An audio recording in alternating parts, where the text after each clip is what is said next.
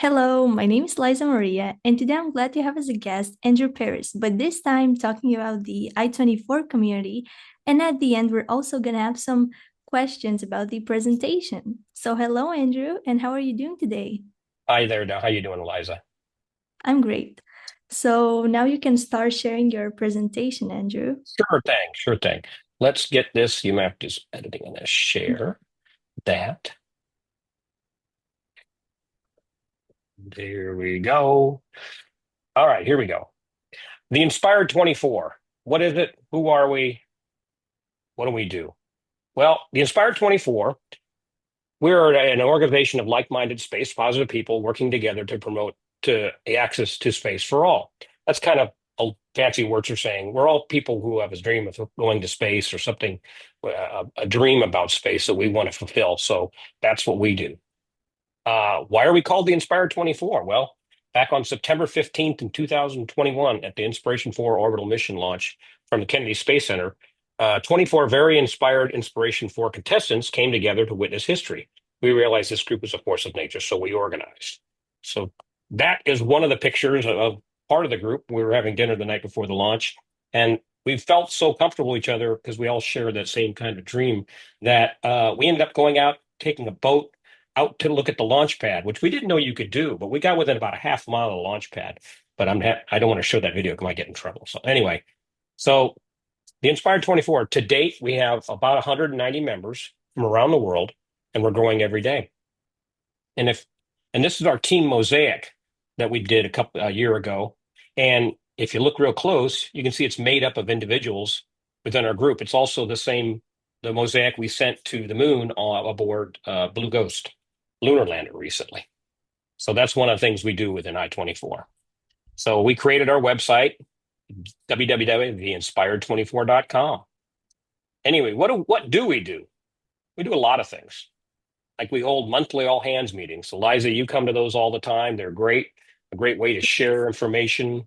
Uh, just talk about space. We have things like we have guest speakers. We've had several different astronauts speak with our group, give away door prizes. Just basically get to share our love for space and help organize themselves and do all kinds of stuff. Um, we also support and attend events like Yuri's Night a couple of years ago, uh, where we got to go and meet more people who like to talk about space. And you can see it's a lot of fun, a lot of dancing. That was new for me. I'm not a big dancer, but my wife got me go dancing. So, and it's always a lot of fun to get with other space people. Plus, I get to wear my flight suit. Anytime I get a chance to wear my flight suit, I'm a happy guy.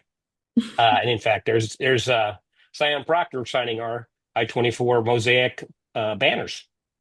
We also support and attend events like the Reinvented Space Gala, which is a yearly event that supports Reinvented Magazine, which is a women in STEM organization out of the Central Florida. And that's always fun. In the picture, you can see Mike Mungo and I hiding in there. I was hiding behind Mike there. Anyway, we also do space flight training with Chase. And Chase is the Center for Human Space Exploration out of the University of Arizona in Tucson. And this is a very big deal. I consider this one of the paramount things that we are doing because when you're talking about going, if you have a dream of going to space, you have to be ready to go to space. And when you're ready to go, you're ready, and you've got the qualifications. It makes your selection uh, that much easier. So anyway, we've done three classes to date. There's class one, class two, and class three. And we're getting ready for our fourth class very soon.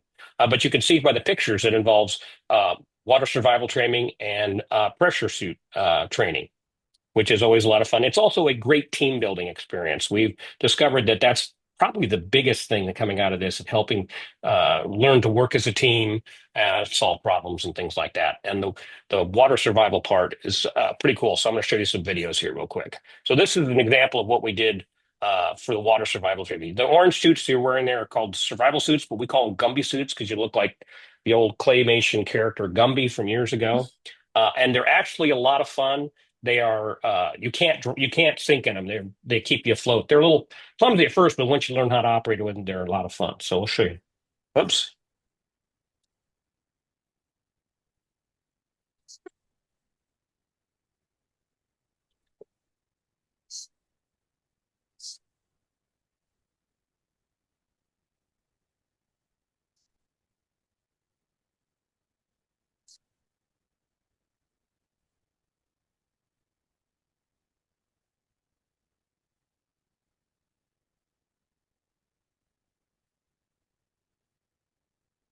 Yeah, so you can see the big thumbs up there. And now that's the phone in the water. Now this is the pressure suit is a spacesuit essentially. Is not as physically exerting, but just as much just as interesting. This is how you go through the team building, helping each other in and out of your spacesuits.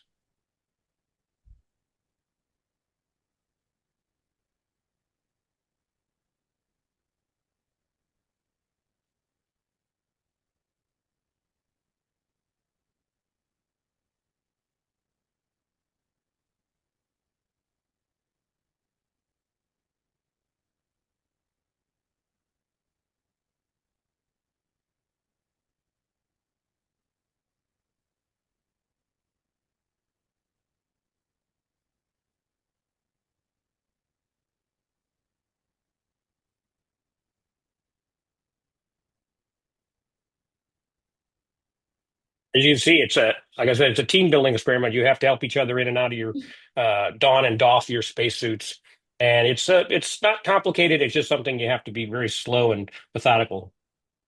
The whole thing is run by Trent Tresh out of the University of Arizona.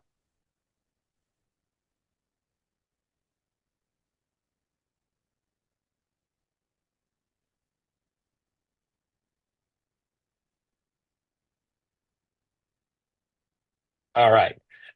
So that's part of it. And then there's some additional training goes on. Uh, like there's a respirator you have to learn to work with and helping each other in what you do with the tools.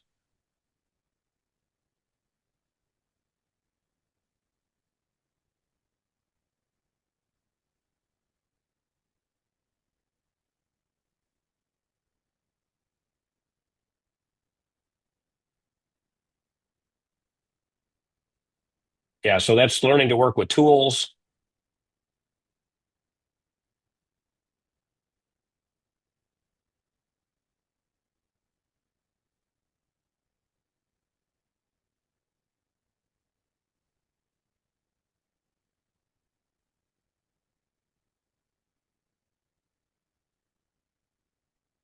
Yeah. And that's an emergency respirator. You learn how to deal with that. And also now putting the helmet on.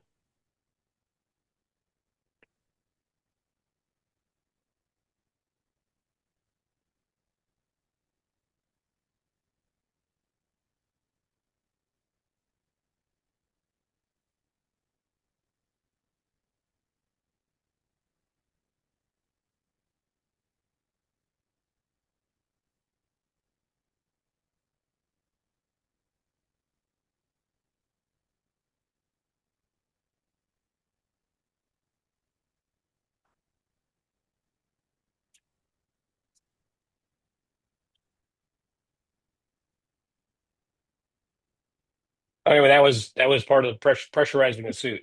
Anyway, something else that we do, we help our members fulfill their dreams of space, and this is probably the foundation of why we're here, is we all want to go to space. And at this day and age, there are multiple paths. There's the NASA path, there's the commercial paths, but so far we've got one successful is Dr. Iman Jungahir. He flew on the New Shepard 26 flight back in August of 2024, and he got his seat through a contest with a group called Moon Dow. They did a random pick selection within the membership, and he was fortunate enough to be picked. Anyway, Iman has a long history of wanting to go to space when he was a kid, but he actually got very close. In 2009, he was made the final 30 or so of candidates for NASA become a NASA astronaut, and he got to go to the mission, excuse me, to the Johnson Space Center and get a familiar, get tour around and familiarize them with the place. And if you look real close, there in that front row and the second person from the right, that's Dr. Sion Proctor. Interesting enough, that's how they became friends. So Mhm. anyway, so he was selected for NS-26, and you could see that the NS-26, the green patch, that's their crew, the flight logo, and then part of being Moondow's astronaut, we designed a patch for him, the Dr. Iman Jungahir patch. And as you can see, Iman was having a lot of fun. His lifelong dream of his coming true was, I call him the luckiest man on the planet. So he was having nothing but smiles, literally nothing but smiles. Anyway, you can watch the launch video here. Anyway, so this is the New Shepard rocket taking off. It's a 5 minute or 10-minute suborbital flight. It mimics the same flight that Alan Shepard took back in 1961. The New Shepard rocket is two pieces. There's the booster on the bottom and the capsules at the top. And it'll launch up to about just over the Kármán line. Here it is, a view, Iman's view from inside. You can see he's excited and smiling. And there he is in zero G, which everybody got to experience, which was everything everybody's dream about going into space is going zero G. That's the reason you want to be there. So anyway, there's some pictures. He has that thing he has in his hand is a heart because he's a cardio oncologist at Vanderbilt in Nashville. Well, he was. You can see again, he's very excited about flying. He did such a great job that Blue Origin hired him full time as a crew trainer, crew member 7, and so get the next step in his journey to becoming his dream of flying in space. Becoming an astronaut. And there's a good chance he'll fly again someday with Blue Origin being a crew trainer. Anyway, so there's the Inspired 24, our first astronaut to go to space, which I'm very proud. I was part of his team, so I got to go out with him and watch his launch and flight with a bunch of his friends and family. Anyway, to date, I-24 has 2 more members scheduled to fly in space, and we expect this number to grow. Anyway, the Inspired 24, what else do we do? Well, we have the Worldview balloons to the stratosphere at 100,000 feet. And I'll play a little video and talk about it. Worldview is a company that's based in Tucson, Arizona. They've been flying payloads to the stratosphere, which is 100,000 feet, since 2012. And they're planning on doing crewed flights in a gondola capsule there. You can see it right there of 8. The idea is that you'll get up early in the morning and get on board and launch. It's about a 2-hour journey to the stratosphere, and it'll be in the comfort of a pressurized cabin. It'll have a bathroom and food and water to drink. It's also going to have a pilot and a safety officer, and you'll have internet while you're up there. Hopefully, it's Starlink. But you can see you start rising up into the stratosphere, up in the sky. Now you see they have champagne there, but as a group, we consider that to be more of a beer and pretzels group, of course, to champagne and caviar. But it's still going to be a heck of a ride. And 100,000 feet, well, it's not technically space. It is high enough up that you can see right there. You can see the curve of the Earth, and you get to experience the overview effect, which is what what this is really about, is experiencing the overview effect, taking in the planet as a whole, as opposed to what you see on maps with countries and borders and so forth like that. Lots of big windows so you can take pictures and see out and enjoy it and just take it all in. So it's about 2 hours up. It's 3 to 4 hours at altitude, and then you'll come back down. And the first they plan flights all around the world. They're currently the first ones will be up at the Grand Canyon.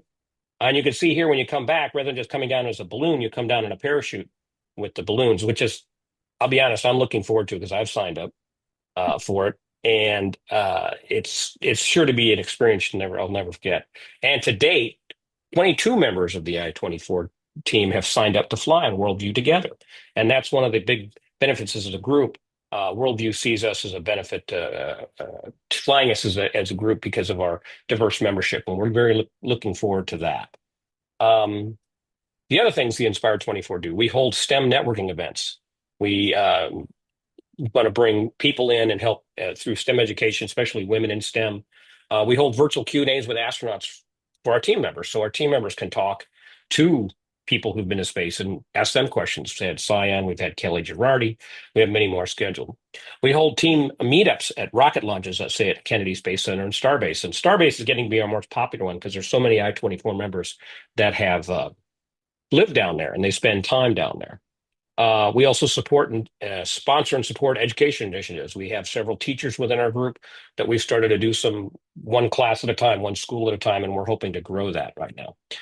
We're building an innovation team right now to be part of the future in space. And when we talk about innovation, we're talking about building hardware to fly in space. We want to be able to build experiments, anything, our team, once they get going, we can start figuring out things and start getting grants and other money to help build the technology and help part of be help be part of the future in space.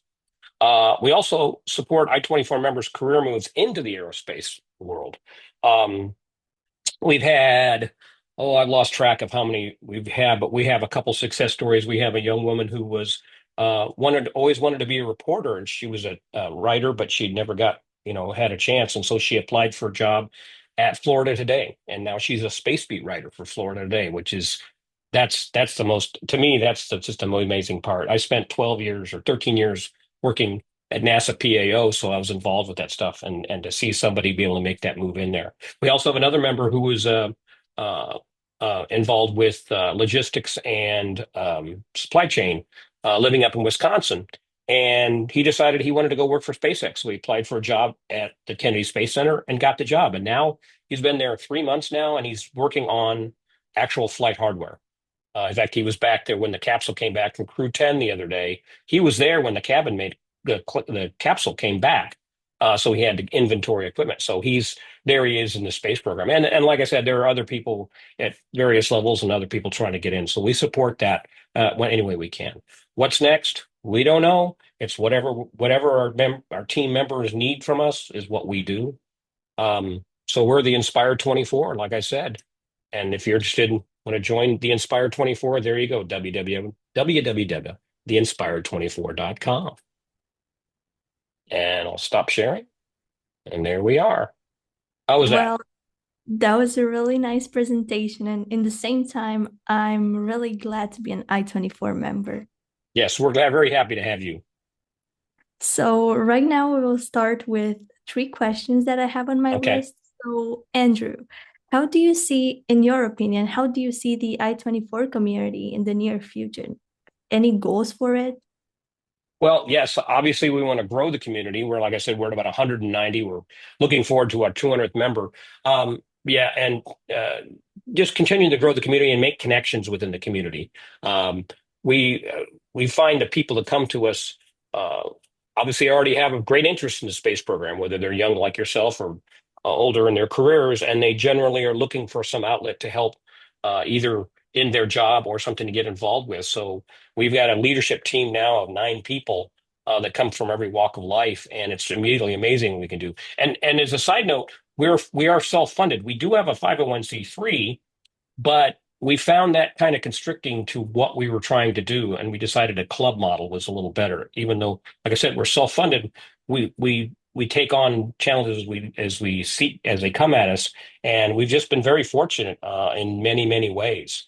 I have to tell you that we also are very lucky, and when I say lucky, I don't mean like some kind of magical power. I literally think we can quantify our luck because we've had so many situations where things have happened much quicker than expected. When we applied for our 501(c)(3), the process, if anybody's ever applied for one, knows it takes about a year and a year and a half to get that kind of certification from the U.S. government. We got ours in 2 weeks. No idea why.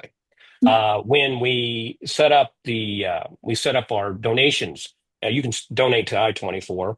We we naturally went to Jared Isaacman's company called Shift for Payment, which does electronic payments, and they have a charity organization called the Giving Tree, and we were put in contact with the Giving Tree. Our treasurer, uh, Jim James, excuse me, he contacted them and gave them all the information. So the guy said, "Okay, we'll be back at you in a couple of weeks." And next day, Jim gets a call from the Giving Tree guy and says, I just got off the phone with Jared Isaacman. He said to put you guys on the system right now and no charge for ever using the system. So I don't know where that came from. Like I said, Jared's aware of I-24. I have been hoping to one day meet him and express my thanks. I mean, like I talk to Cyan Proctor once in a while, and she's a mentor of mine, and I like to pass that kind of mentoring spirit, paying it forward and paying it along. So that's one of the things I enjoy doing within I-24 is mentoring. That's really cool. And are any new space galas where I-24 will go? Oh, well, we're trying. Like I said, we're always looking at something that we generally like. We did Yuri's Night in 23. And then for 24, they turned Yuri's Night into an event for the eclipses. So they didn't happen. Now they brought it back. It's now been renamed One Space. It's kind of a generic of space type event. And we're looking to be part of that also. I know we have some people going for that. That's really cool. So the last question I have is, what inspired you the most about creating Inspired 24? Well, yeah, I mean, you know my story. I've been a spacehead since I was younger than you, 7 years old. And that was back during the old 60s, during the Apollo days. And I guess I have to be honest. I realized that for years I had this dream of spaceflight, but I never shared it with anybody because it was like, I do remember as a young man in my early teens when I realized I wouldn't be able to become an astronaut under the old NASA rules because I wore glasses. And that back then you had to have perfect 20/20 vision or better. And so that was I remember being very disappointed in that. And then as a teenager, I kind of went away from space there for a little bit. Girls get married, have kids, and have a family. And then I had an opportunity to go work at NASA, and that's when it came back. But once again, I never shared my dream. I had enthusiasm for it, but I never really shared my dream that I wanted to go to space. And even I worked the shuttle program for 13 years, and that was very cool, but it was still NASA, and it was always the best, the best, the best kind of thing. And I didn't have the qualifications, didn't have the college degree, that kind of stuff. But when Inspiration 4 was announced, that's what inspired me to see an ad on the Super Bowl saying four private citizens are going to fly in space. And one of them was literally going to be picked out of a hat. So that's what started it. And I realized early on that I needed to share my dream. And that's where making contact with the other Inspiration 4 contestants became very important. And that's how we started. And we all shared our dream. And I think that's the most important thing I can tell anybody is regardless if it's space or not, share your dream. Share what you want to do, and then find the team that helps support you. That's something Iman talks about all the time now since he's flown in space. He does speaking engagements both in the Nashville area and nationally. He talks about share your dream and find people, like-minded people, help each other, and you'll succeed. I hope one day I succeed. Yeah, I'm sure. Well, thank you so much, Andrew, for coming to share Inspired 24 story, and it was great having you. Thank you for having me on. I always enjoy talking space. I'll talk space to anybody anytime.